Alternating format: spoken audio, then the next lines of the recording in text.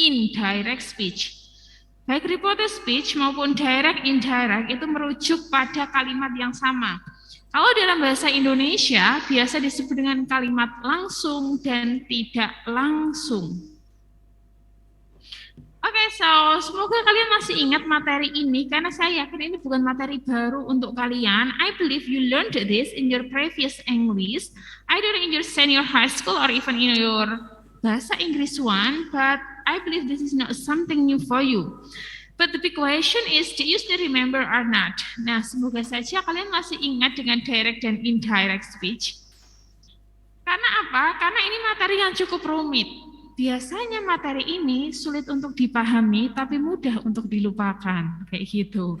So, butuh konsentrasi untuk memahami setiap hal yang terjadi di direct indirect, karena nanti akan melibatkan subjek dan juga melibatkan perubahan tenses. Oke.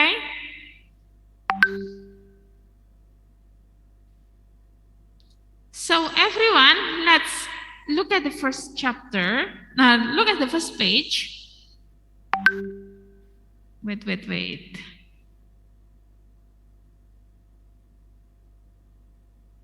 Yeah.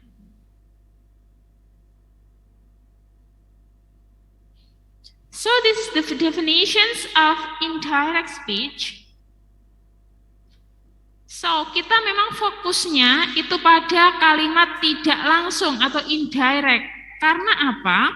Karena kalimat langsung itu adalah ujaran langsung atau kalimat yang langsung disampaikan oleh si pembicara.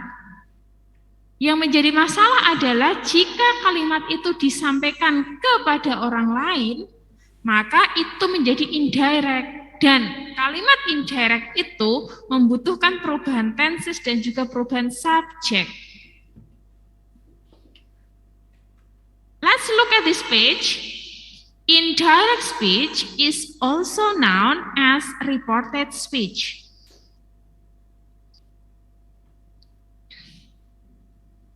Yeah. Indirect narrations or indirect discourse. Ternyata sebutannya banyak, namanya banyak gitu. Ada yang menyebut dengan reported speech, ada yang menyebut dengan indirect narrations atau indirect discourse. Ada juga yang menyebutnya dengan indirect speech. In a grammar, when you report someone else's statement in your own words without any change in the meaning of the statement, it is called indirect speech. Silakan kamu perhatikan kalimat ini. When you report someone else's statement in your own words without any change in the meaning of the statement, it is called indirect speech. Ketika kamu melaporkan atau membicarakan ulang perkataan seseorang dengan tanpa merubah makna intinya, itulah yang disebut dengan indirect speech atau kalimat tidak langsung. Jadi gini nih ilustrasinya, ada orang namanya A. A itu ngomong ke B. Hari ini aku semangat banget kuliahnya. A ngomong seperti itu. A bilang ke B, hari ini aku semangat banget kuliahnya. Lalu B mendengar itu, kemudian setelah A pergi, C datang. Ada orang lain yaitu C datang. Lalu B ini ngomong ke C. C, tahu nggak? Tadi A bilang bahwa dia hari ini kuliahnya semangat banget. Itu yang disebut kalimat tidak langsung atau indirect speech atau reported speech. Jadi ketika kamu menyampaikan kalimat seseorang kepada orang lain tanpa merubah makna inti, itulah yang disebut dengan indirect speech atau reported speech. Oke, kita lanjut. Quoting a person's words without using his own word and bringing about any change in the meaning of the statement is a reported speech.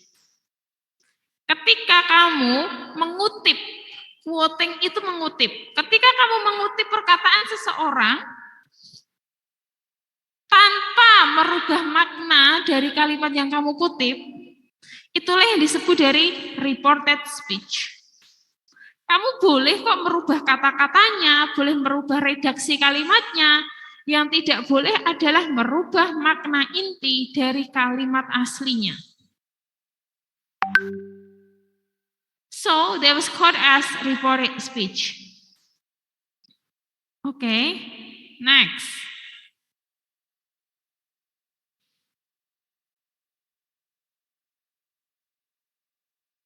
Here they are, the basic rules of reported speech. Jadi pada reported speech ini memang banyak perubahan yang terjadi. Karena apa?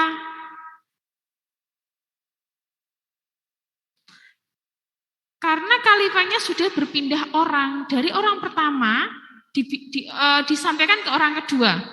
Kemudian dari orang kedua disampaikan ke orang ketiga. Disitulah yang kemudian menjadikan reported speech ini mengalami banyak perubahan. Nah, yang pertama adalah changes in person of pronouns. Yang pertama adalah perubahan pronoun atau kata ganti orang. Once again, the first one is the change of the pronoun atau kata ganti orang. Look at this one.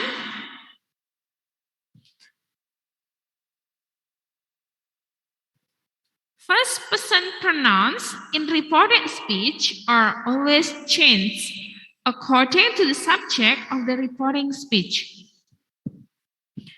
Kata ganti orang pertama pada kalimat langsung itu selalu berubah ketika dia menjadi kalimat tidak langsung.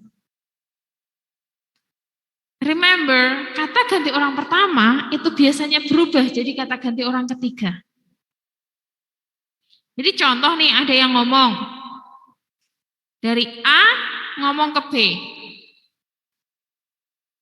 Saya lapar. Kemudian B ngomong ke C. Ngomongnya bukan lagi saya lapar, tapi disampaikan kepada C. C, tahu nggak?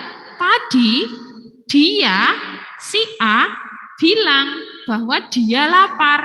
Jadi kata ganti I atau saya dari orang pertama itu berubah menjadi kata ganti orang ketiga, yaitu she atau he.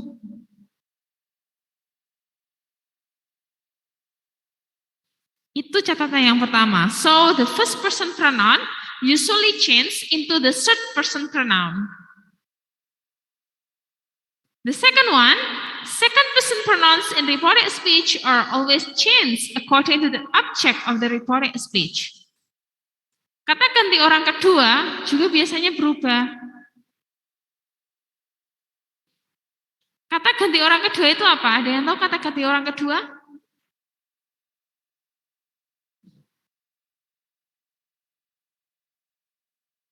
Kalau kata ganti orang pertama kan I. Kata ganti orang, ya you, betul. That's great. Kata ganti orang pertama itu I. Kata ganti orang ketiga itu he, she. Kata ganti orang kedua itu you. Orang kedua itu adalah orang yang diajak bicara. Atau kata gantinya you.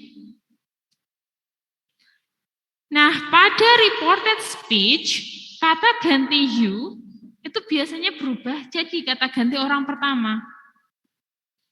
Contoh nih, ada orang A. A ini bilang ke B, hey, you look pale. Kamu terlihat pucat. You look pale. Lalu B ini bilang ke mamanya, Mom, A said to me that I was pale. Ma, tadi si A itu bilang ke aku kalau aku terlihat pucat. Jadi kata ganti orang pertama, jadi kata ganti orang kedua yang disampaikan oleh si pembicara pertama itu kemudian berubah jadi kata ganti orang pertama. You berubah jadi I pada reported speech.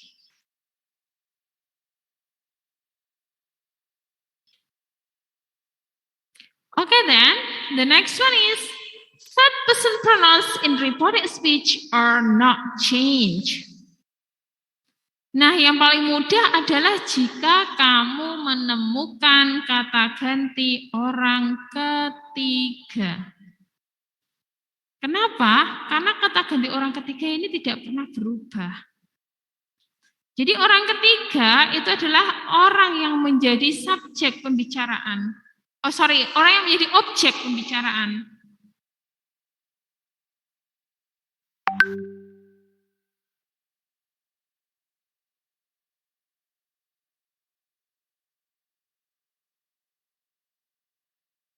So, kalau ada kalimat langsung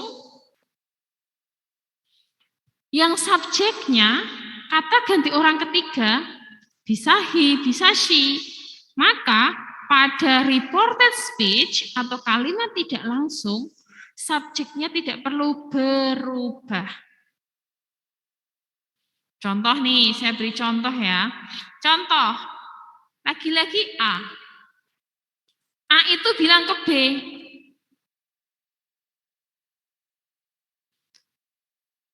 Dia adalah temanku.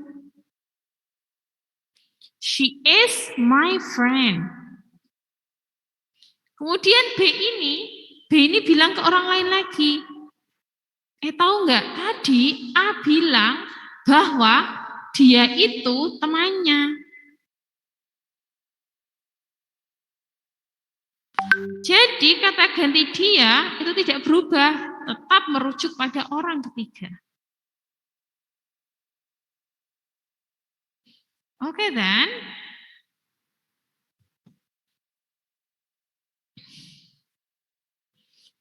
Besides the changes in subject or pronoun, we also know that in reported speech there are changes in verbs. Ternyata tidak hanya pada subjek atau kata ganti orangnya saja yang berubah. Pada reported speech itu verbnya atau kata kerjanya pun juga berubah. So you can see this page. If the reporting speech is in present tense or future tense, then no change is required to be made in the verb of reported speech. This verb could be in any tense, for example, present, past, or future, for example. Nah, kau bisa lihat langsung contohnya, langsung saja pada contoh. He says, I am ill.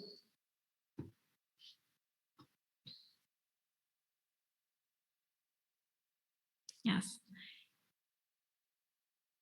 Yes. Nah, kau bisa lihat di sini. He says, I am ill. Ini kalimat langsungnya.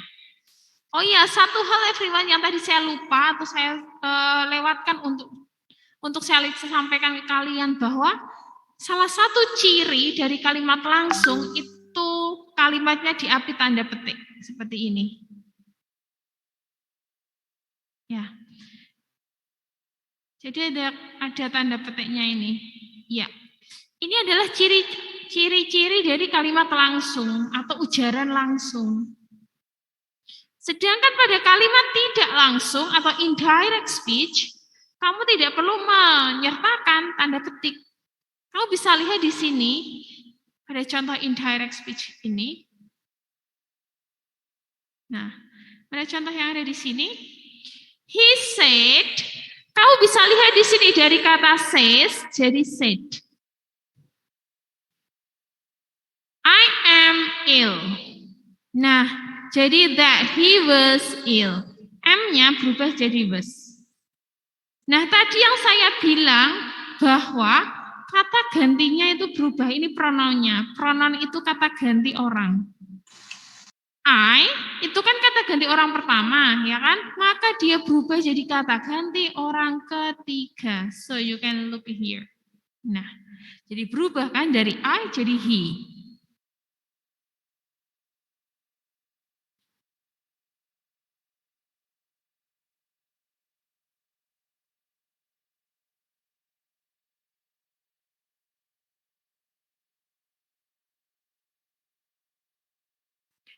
Oke, then. So, dari kalimat langsung, he says, I am ill. Kalimat langsungnya atau indirect speech-nya, jadi he said that he was ill. Okay, then, next. She says, she sang a song. Lihat di sini ada tanda petiknya, maka pasti ini adalah kalimat langsung.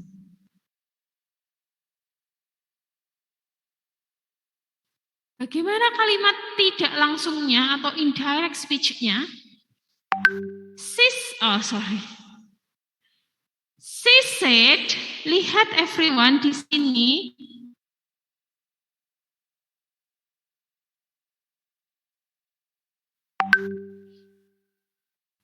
Look at this everyone.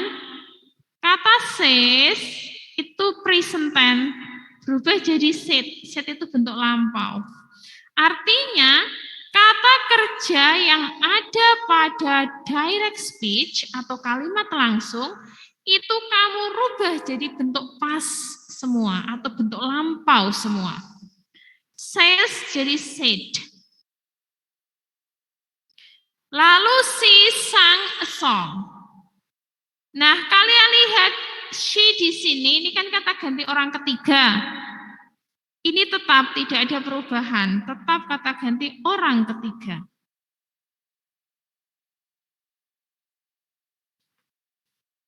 Lalu ada sang.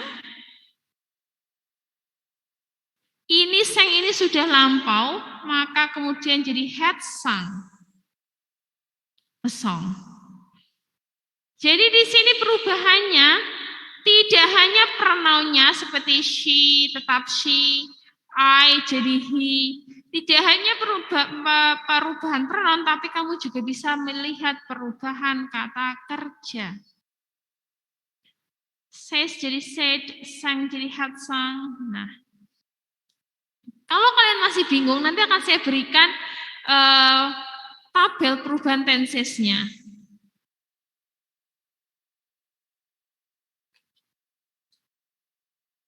Ya, memang perubahan kata kerja itu erat kaitannya dengan perubahan tenses.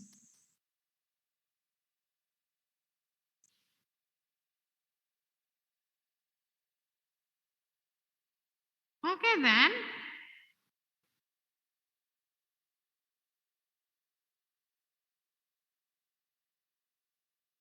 Let's look at the next one.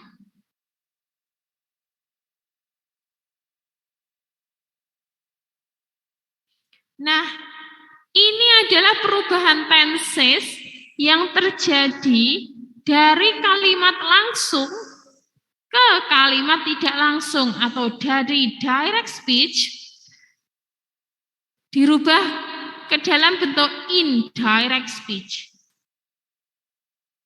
Kalau kamu ingin merubah kalimat langsung menjadi kalimat tidak langsung, maka jangan lupa ada perubahan tenses di sini. You can see here, everyone.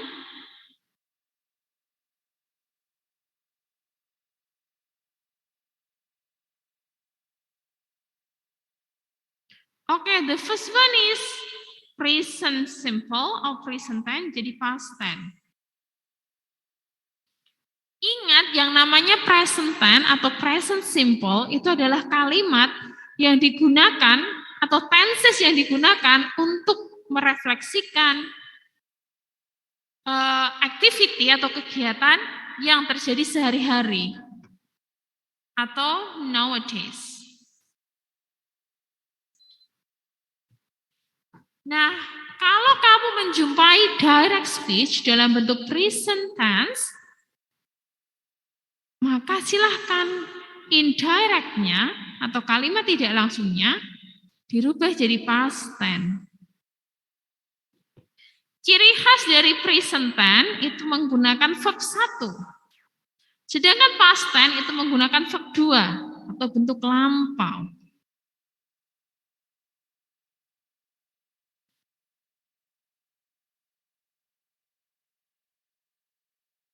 How if the direct sentence or the direct speech is in the form of present continuous? Ingat yang namanya present continuous itu yang menggunakan kata kerja bentuk ing. Contoh, I am writing, I am teaching, I am studying, I am walking with you, I am waiting for you. Jadi kalau kalian menjumpai kalimat langsung yang menggunakan kata kerja bentuk ing, verb ing, itu bisa dipastikan bahwa itu present continuous.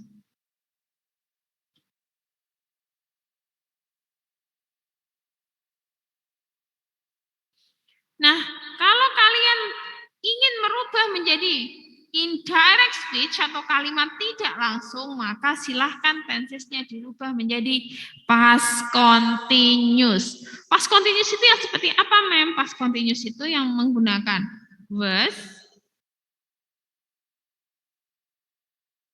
sorry tulisannya acak-acak, was atau were,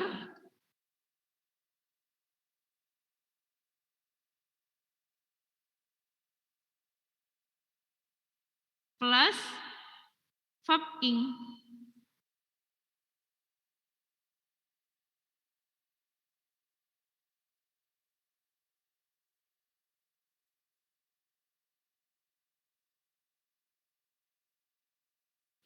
Ya.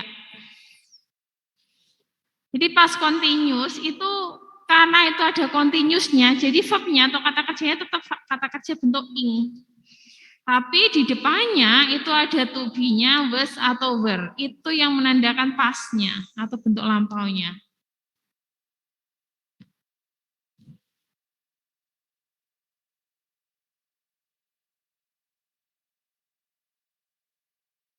Oke, then let's move to the next one. Nah, bagaimana kalau kalimat aslinya atau direct speech-nya itu sudah bentuk lampau, yaitu past simple. Ingat, past simple itu ciri khasnya menggunakan verb 2.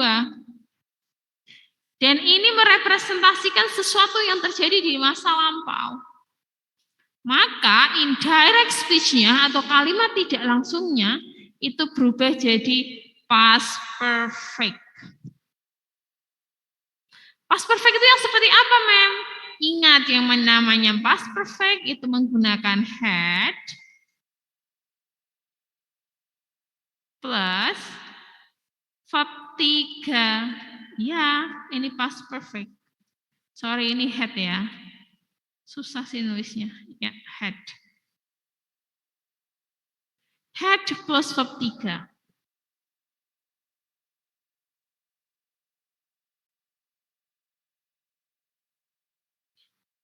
So, for example, kalian bisa lihat contohnya di kalimat yang sebelumnya ini, kalimat kedua.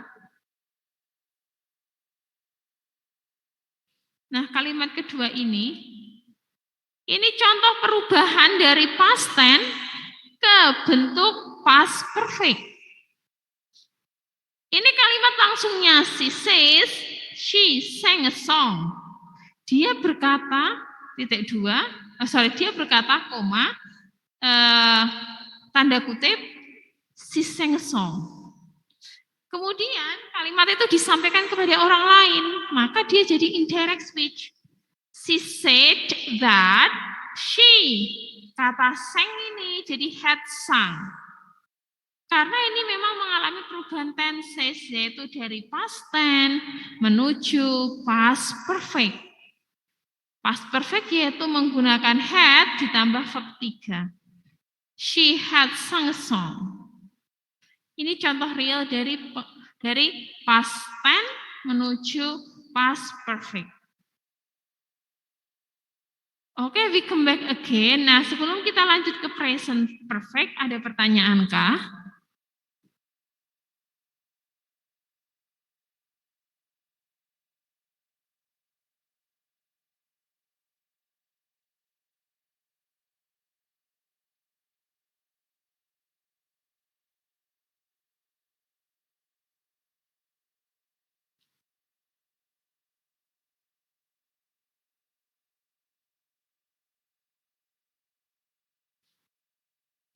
No question? Okay, let me look at the chat.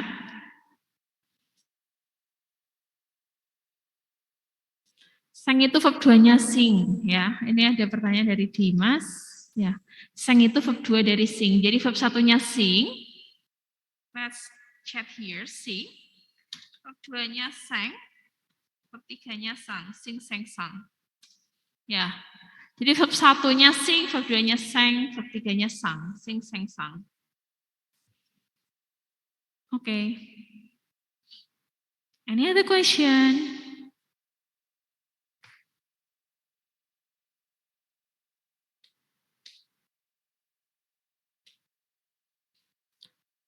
Okay, let's go on. Nah, kita lanjut lagi, masih ada 1, 2, 3, 4, 5, masih ada 5 tenses lagi. Semoga kalian kuat gitu. Ini baru teorinya, minggu depan saya beri real contohnya. So, the next one is present perfect become past perfect. Nah, kalau kalian ingat perfect tense itu ciri khasnya menggunakan have.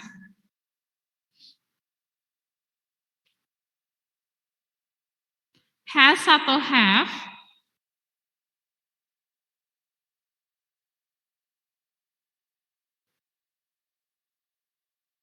Plus verb 3. Nah, have atau has menggunakan verb 3. Nah, kalau kamu menjumpai direct speech dalam bentuk present perfect, so silahkan kamu rubah atau indirectnya kalimat tidak langsungnya itu berubah jadi past perfect. Sama halnya dengan yang di atasnya tadi. Yaitu had plus verb 3. Contoh. The teacher, kalimat langsungnya nih, direct speech-nya. The teacher has taught since 12 p.m. The teacher has taught since 12 p.m. So, kalimat tidak langsungnya akan jadi seperti ini. She said that the teacher had taught, jadi has-nya jadi the had taught since 12 p.m. Ya. Jadi dari have atau has itu kamu rubah jadi had. Kata kerjanya tetap kata kerja verb 3. Itu dari present perfect ke bentuk past perfect. Okay then, the next one is will future. Nah, kalau future tense, ingat minggu lalu saya beri materi tentang future tense. Nah, ciri khas dari future tense ini menggunakan will, ya kan? Nah, kalau kalian menjumpai kalimat direct seperti ini, maka indirectnya kamu rubah will-nya jadi would. Nah, verb-nya sama, verb 1. Ya. Nah, ini bare infinitive. Bare infinitive itu kata kerja bentuk original tanpa ada tambahan apa-apa. Jadi verb-nya tetap sama, verb 1. Hanya saja will-nya dirubah jadi would. Contoh kalimatnya seperti ini. I will wait you. I will wait you. Lalu indirectnya jadi she said that she would wait me. She would wait me. Jadi kata will berubah jadi would.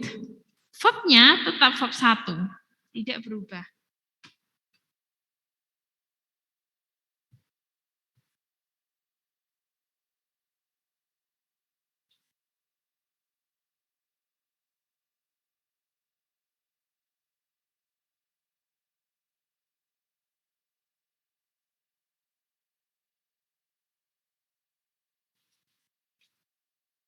Okay then, next.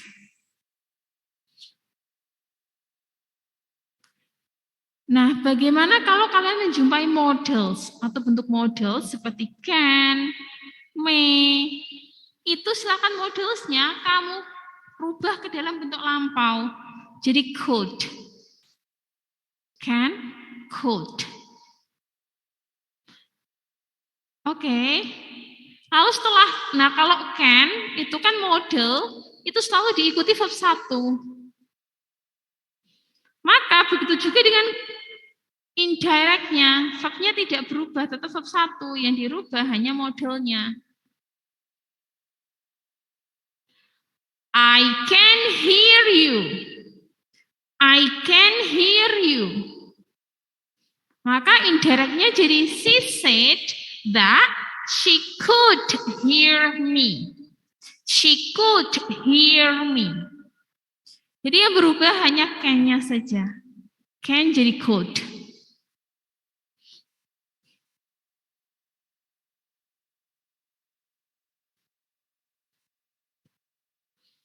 Dan have to jadi had to.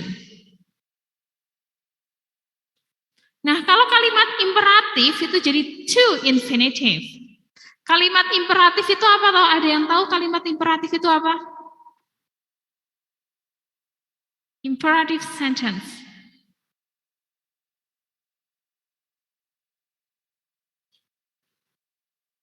Perintah. Yes, good. Kalimat perintah atau kalimat larangan. Imperatif itu ada 2. Positif imperatif dengan negatif imperatif. Positif imperatif itu kalimat perintah, sedangkan negatif imperatif itu kalimat larangan. Nah, kalau kalian menjumpai kalimat perintah, maka kamu rubah menjadi to infinitive dalam bentuk indirect speech-nya. Jadi contoh nih kalimat perintahnya yang paling simpel kayak gini. Close the door. Close the door. Maka indirect speech-nya atau kalimat tidak langsungnya jadi seperti ini. She said to close the door. Jadi ditambah kata to di depannya. She said to close the door. Oke, everyone, stopping here any question. Sampai sini ada pertanyaan, silakan dipahami perubahan tensesnya. Kalau kalian perhatikan, perubahan tensesnya itu satu step ke bentuk lampau atau ke arah past tense. Dari present simple ke past simple. Present continuous, past continuous. Past simple, past perfect. Present perfect, past perfect. Future jadi past future. Jadi semua dirubah dalam bentuk lampau atau dalam bentuk past. Oke, stopping here any question, class?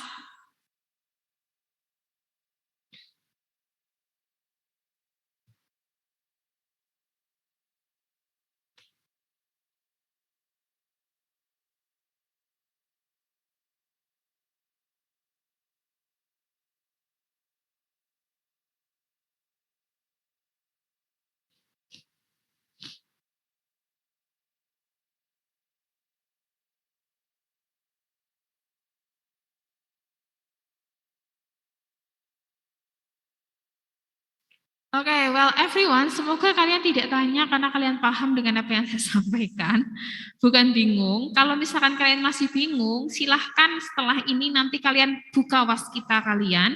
Di situ sudah ada materi yang saya upload dan juga ada beberapa link video. Nah, kamu bisa klik link video yang ada di situ, lalu kamu